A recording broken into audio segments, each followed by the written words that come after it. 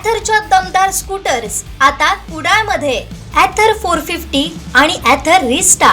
आजच भेट द्या Ather showroom, Mumbai Goa highway, Kudal, hotel spice कोकणच्या समोर। संपर्क 9730 10 64 77।